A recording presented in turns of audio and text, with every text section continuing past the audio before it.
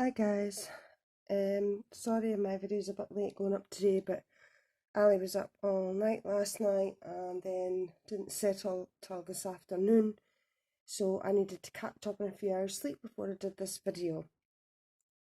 This week's topic is about whether you use animal parts or casts or anything in your practice. I am a vegan, but I have a very particular mindset on certain things, which is I don't use fur, I don't use pelts, I don't use any of those type of things at all, no matter how those are sourced. However, I will use ethically sourced bones, ethically sourced horns or antlers or things like that if the animal has shed them naturally. Sometimes you go into the forest at the back of my house and you can see such things at certain times of year, and for me these are perfectly fine to use. Feathers, I have quite a few feathers: raven, rook, crow, magpie, seagull. I think that's it that I can think of off the top of my head, and I use those all the time. I find them in my garden, front and back. I find them on walks and various different things like that, and that is absolutely no problem for me to use. Now, I find that finding certain bones to be ethically sourced are not as easy as you think to find, because some sellers will tell you they're ethically sourced when they are not. I once contacted somebody in my local area who put on their website that they had ethically sourced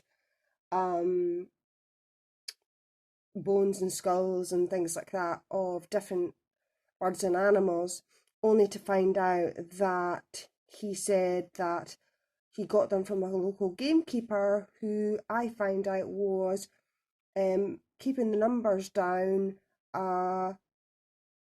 in a particular estate.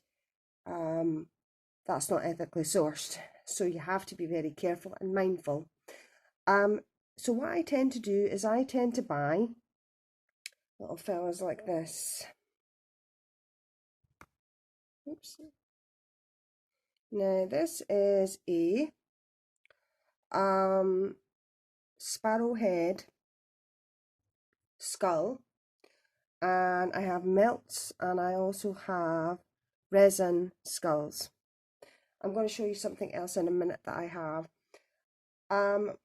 I have got different shells. I have got teeth that I found on the beach. Now, it's a hit and a miss with that, because obviously you don't know where exactly they've come from, but the chances of them being washed up on the beach tend to suggest that the animal either died of natural causes or lost a tooth or something just naturally, and it has made its way to shore. And those things I do pick up as well. I do a lot of marine wildlife magic, and so anything like that helps me to do that.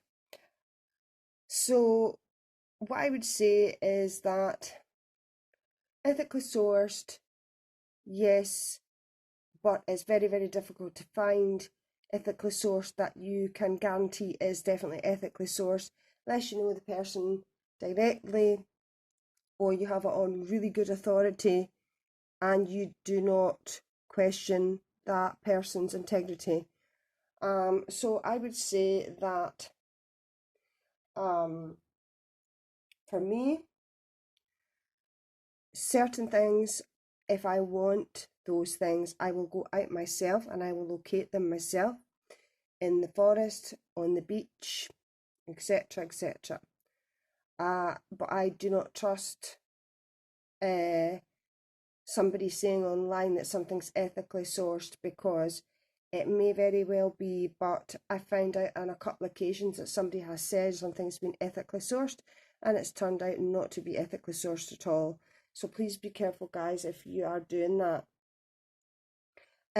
Also things like butterflies, bees, wasps, bugs, that type of a thing. I have a great affinity with the moth, and lots of times moths come into your house and you'll find them, and they have obviously died of natural causes, and therefore I will use those moths usually placed on my altar. I don't put them in oils, I don't dry them and crush them up and put them in things. You know, a lot of people use bugs and things like that in death or battle oils, which I don't. That's not to say that I disagree if somebody does that, as long as they are using ethically sourced, naturally passed insects or bugs or whatever.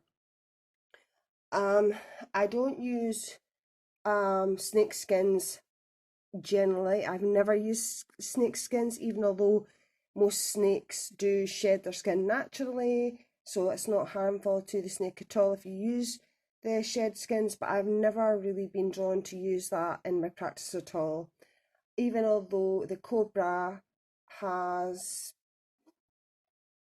something to do with ancestral connections that I home in on. With that, I use a cobra candlestick. I use, you can actually buy candles that look like the skin of a snake.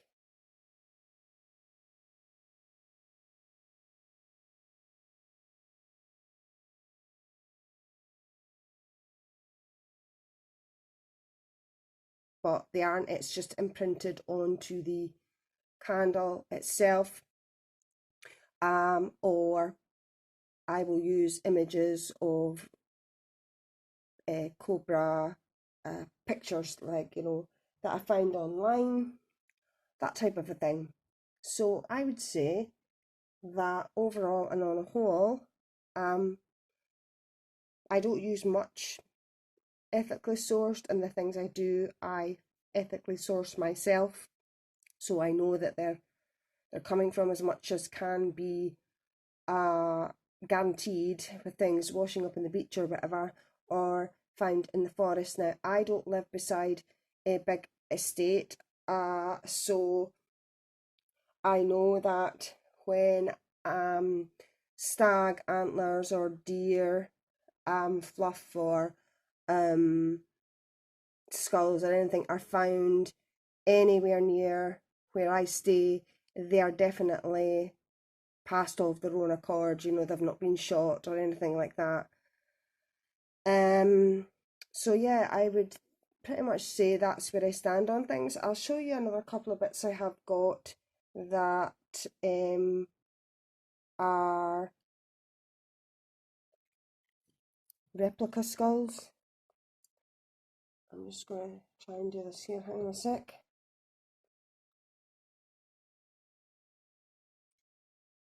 As you can see here, this is a raven skull candle made with soy wax, so water soluble. I burned it a little bit and then I kept the remainders of it to use as an altar decoration, and that is completely wax. So I think I will leave this video here. It's something I have a real connection with, like I say.